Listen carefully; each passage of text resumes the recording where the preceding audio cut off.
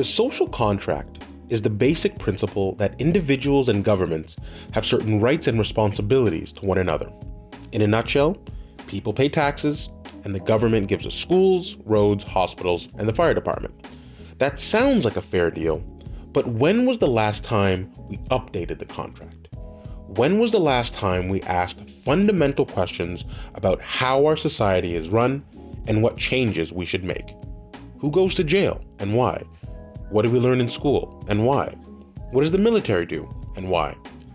We, or at least I, have a tendency to think about the topic or the scandal of the day and not the underlying issues that create them in the first place. Hopefully, through this conversation, we can attempt to answer some of those fundamental questions and redraw the social contract. Actions are the polar opposite. You know, and it's like, it's so, because like go on the Army's YouTube page, Instagram page, website, and they're just saying all the right things about develop like air ambulances in Mali and helping this and being part of an international UN mission and anti-piracy in the Pacific. And you're like, okay, these are all good things that should do. But then it's like the actions are just the opposite. And then it's just like there's no accountability. And then it's like someone is convicted of something wrong, but then they don't even have to get fired. They just stay in their same job. Yeah. Like imagine the the sniper who was killing people in Afghanistan. Like he was convicted by the military court of murder. He was just killing Afghani civilians willy-nilly, and yet Trump, he released him from prison. He gave him an apology, the presidential apology, and the guy is out. And the guy was bragging about, and this is the really terrible part of it, the guy was bragging about how he was killing civilians. And I'm just like, really, like, hard to stomach that, you know. It's so hard to stomach it at all. But I guess it creates this very absurd idea of, like, you know, when you give an institution so much power and so much like respect, and without any checks and balances in many ways, it can also, again, this is the nature, I think, of just human beings. We start creating really absurd ideas, and this is the idea of like the Space Force. I really wanted to talk about the Space Force. Have you seen the show? Yeah. I've seen some trailers. I haven't seen the show. I know kind of the synopsis funny, of it. Man. It's so funny. You have to watch it. It's fucking gold, bro. Like, it's yeah. But I was reading an article from, I'm sure it's some member of the US military or just one of the lobbyists. Mm-hmm. And they were talking about how Joe Biden has to give the Space Force some respect. Yeah. Because of the show that you just talked about, Space Force, and the way the Trump administration rolled out the idea of the Space Force was very farcical, and people were just made it into like a very laughing stock. And these people were like, no, it's not a laughing stock. And, you know, there wasn't a clear understanding the difference between the Space Force and NASA. You know, the Space Force has a role of that they're like military satellites. That's kind of what they're really into. NASA does the exploration, the US military and the Space Force does no exploration, etc. I was like, yeah, sure, that's how they usually start.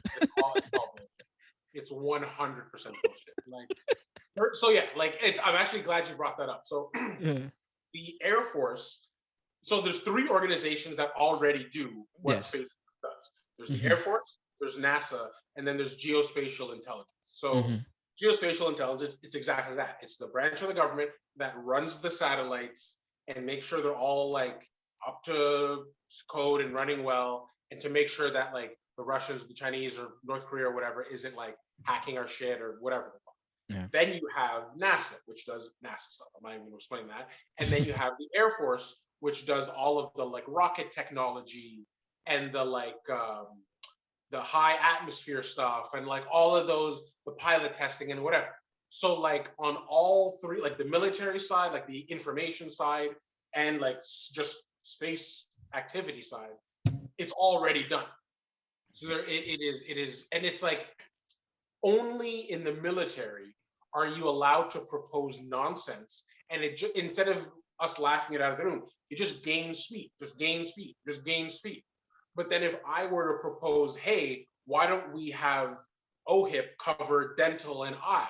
We have to debate for 10 years. We Mhm. have to discuss where you're going to get the money, the deficit projections, where you're going to get the money, da da da da da da. But any fucking nonsense for national security, the money just keeps on rolling. The Yeah. money just keeps on. But if it's like, hey, why don't we pay people to stay at home and take care of their elderly parents? Ridiculous! Socialism! How are you gonna pay for it?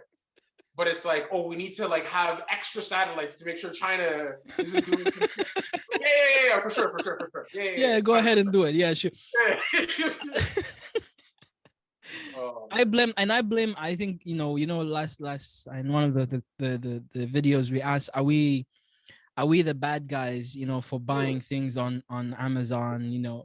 Exactly. I think the same can be implied here. As a society, I think we've been lulled into this idea of like security and safety being done by someone else. So all of us have become very harsh term, but it's true. We become very lazy. We are very lazy when it comes to just being able to see our society as something, our safety as something that we should do as a community. It shouldn't be put to somebody else. Like, somebody else can deal with it. No, it's like you're in your community. You have to invest in your community. That means like your safety and your community safety is yours. And this idea of like individualism, where like, oh, I have my property and my property is the only thing that I have to look out for, I think is BS. And we really need to like really need to invest in our communities a lot more than we do as a society, because it's just creating a lot of tensions and problems that should not exist. Like, to me, the idea of safety and security should be in the hands of the community. 100%. Like, we shouldn't need some like SWAT team to come in and try and enforce some like bylaw that's, Yeah. No, I agree. like, and I think for us as a society, we have to really reimagine what community is like, what community means. um and to me, again, when we talk about community policing, when we talk about the reimagining of community and defunding the police and all of this, it takes effort, and people just need to stop trying to look for easy answers. And I think so many of us have been conditioned for like simplicity. We want simple answers for things that are very difficult and challenging, and they have to be that way because humans in many ways are very complicated and Yeah. easy at the same time. So, yeah. Yeah, no, I definitely agree. Like the concept of like you talk about community, and I think in the context of this conversation, the reason why you have a rampant or it appears to be a rampant culture of sexual assault in the military is because there's a lack of accountability. And I think there's a lack of accountability because we tend to view ourselves and society as separate from the military. It's I don't think the average person is engaged and intertwined um, and is asking questions about military spending or is on their is following up with what the parliamentary committee is doing. And I think if you did have more community involvement, more domestic involvement, and like less worrying about the Middle East and more worrying about ourselves, and like again, talk the concept of invading ourselves. Like I think if we sort of turn it inward, then we're going to be able to like shine a light on this organization and have those changes that are necessary. Because when I go on the website, all the jobs that are listed are technical, healthcare, engineering. You know what I mean? Like they're relevant things. But then it's like, but then as we were talking about earlier, like what about the howitzers? What about the tanks? What about the, you know what I mean? Like those are slow, they're inefficient, they don't really do much. And I think, yeah, if the Canadian Army was tasked with, fixing all the pipes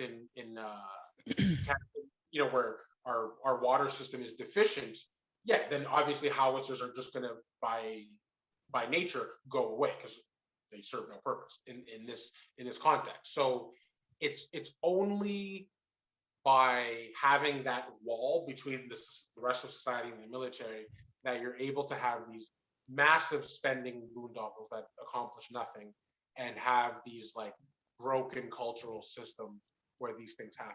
And so I definitely agree with you on that. Like, we do, just me and you and everyone who's watching this just needs to take more of a personal stake in our society, and specifically in our military, because it has such potential to do such good. You've got so many people, you've got the technical capability, and the can-do attitude of the military is such that, like, if steered right and if used right, it can really be a unit for good. Like, when I think about the reasons, like, why is there Canadian military in Mali? The reason why there's a Canadian military in Mali is because we blew up Libya and didn't have a plan for the government of Libya, and so it spread into Mali. Mm-hmm. You know what I mean? And our planes, like, this was not America. This was the Canadian Air Force dropping bombs right alongside the American Air Force, right alongside the British Air Force. So it's like, that's why we're in Mali, and it's spreading and it's spreading. So you have all of these wonderful people, all these really smart technical people, but it's like, why are you here? Why are you in Mali? And it's because of a mistake we made a generation ago, et cetera, et cetera. So yeah, I think at that point, maybe we'll cut it. Yeah, absolutely. And one thing I'll end off, I think, and this is, we didn't talk about this, but I think it would be terrible not to mention it. I think there's also, from a feminist perspective, and I think this is important to bring up, the military has a very like this very masculine, like hyper masculine idea to it, that I think also is very causes it to be where it is. And so when we talk about the sexual assaults that we're talking about, all of this come from this very like hyper masculine like ideology behind the military.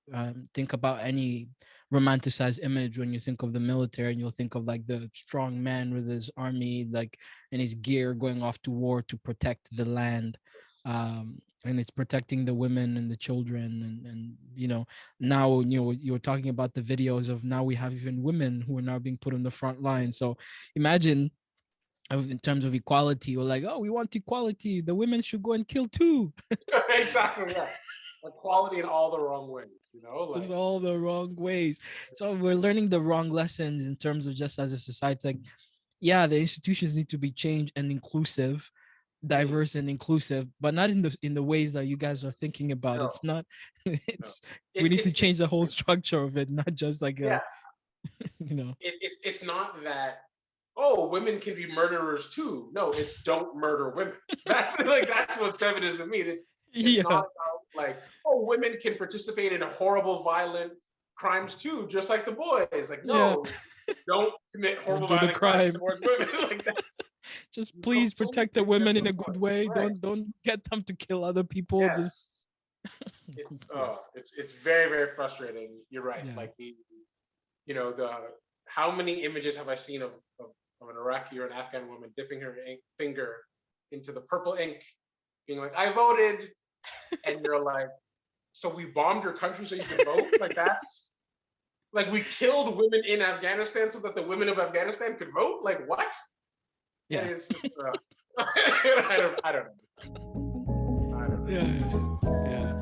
And I think we can end it off there, and we'll explore more conversations as more topics like these. Sometimes leave you feeling a little sad, but a little sad, it changes. Society doesn't change overnight, but it changes eventually. So yes, definitely. Thank you very much, and we'll definitely have